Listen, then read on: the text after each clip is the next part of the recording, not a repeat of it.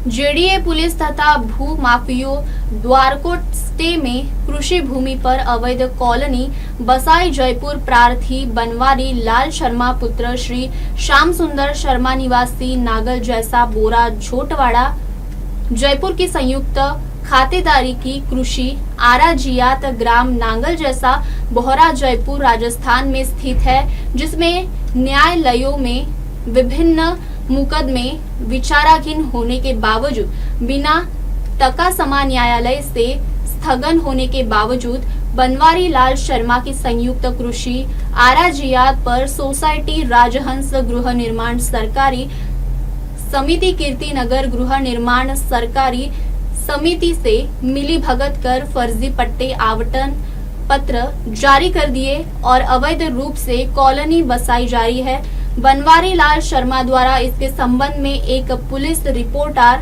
12/2024 police थाना करघनी में अपराध अंतर्गत धारा 420, 406, 467, 468, 471, 447, 448, 323 और 341 व 120 बी आईपीसी में दर्ज कराई, जिसमें पुलिस थाना करधनी में कोई कार्रवाई नहीं की तथा प्रकरण में सिविल मानते हुए अंतिम रिपोर्ट प्रस्तुत की, जिसमें परिवादी बनवारी लाल शर्मा ने उत्तर रिपोर्ट के विरुद्ध पुणे दिनांक 2/9/2026 को न्यायालय में अग्रिम अनुसंधान हेतु प्रार्थना पत्र प्रस्तुत किया। न्यायालय ने बनवारी लाल शर्मा का प्रार्थना पत्र दिनांक 4 सितंबर 2024 को स्वीकार फरमाते हुए प्रार्थना पत्र में वर्णित तथ्यों पर अग्रिम अनुसंधान के आदेश फरमाए तथा पत्रावली पुणे अनुसंधान हेतु पुलिस थाना करधनी को प्रेषित किए गए। उक्त पत्रावली में पुलिस थाना करधनी में कोई अनुसंधान नहीं किया तथा आरोपी श्रीनाथ मुरारी लाल, धन्यलाल, जगदीश मांड्या, बीरबल यह दोनों राजस्थान पुलिस कर्मी है। वह अनीता पत्नी प्रवीण कुमार सोसाइटी राजहंस व कीर्ति कोऑपरेटिव हाउसिंग समिति के साथ मिली भगत करके पत्रावली को करीब 1 वर्ष 6 महीने से भी ज्यादा समय तक रोक के रखा था। पुणे परिवादी द्वारा न्यायालय में 4 जोही करने पर सिंबल नेचर में एफआईआर प्रस्तुत की। परिवादी बनवारी लाल शर्मा ने पुणे न्यायालय में अपनी पीड़ा जाहिर की तथा पुलिस की कार्यप्रणाली पर सवाल खड़े किए। न्यायालय द्वारा रिबादी की पीड़ा सुनने के पश्चात उत्तर रिपोर्ट पर पुणे अनुसंधान के आदेश दिनांक 10 अप्रैल 2026 को फरमाए पत्रावली न्यायालय से पुलिस थाना करधनी चली गई।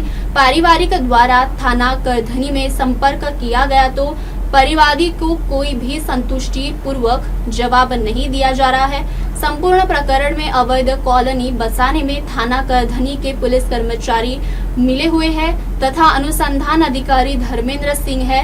अवैध रूप से कॉलोनी में पुलिस कर्मियों ने औने पौने दामों में प्लॉट खरीदकर परिवादी को उसकी जमीन से बेदखल कर रहे हैं। इसके संबंध में परिवादी द्वारा जयपुर विकास प्राधिकरण में कई मर्तबा शिकायत कर चुके हैं, लेकिन अवैध रूप से बसी कॉलोनी पर कोई कार्रवाई नहीं हो रही है।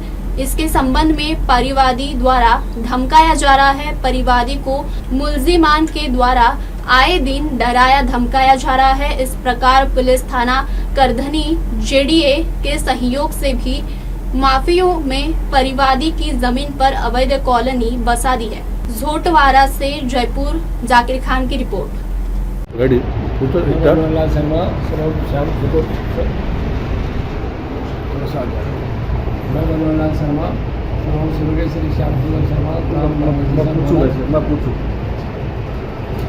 क्या नाम है साहब आपका? बनवारी लाल शर्मा। कहाँ के रहने वाले हो? राम नगर जैसा बोरा। क्या मामला है आपका? मेरी जमीन है कृषि आराजियात। आपकी सामलादी कृषि भूमि है? सामलादी भूमि है। बंटवारा नहीं हुआ? न बंटवारा न नामाकरण खुला हुआ है।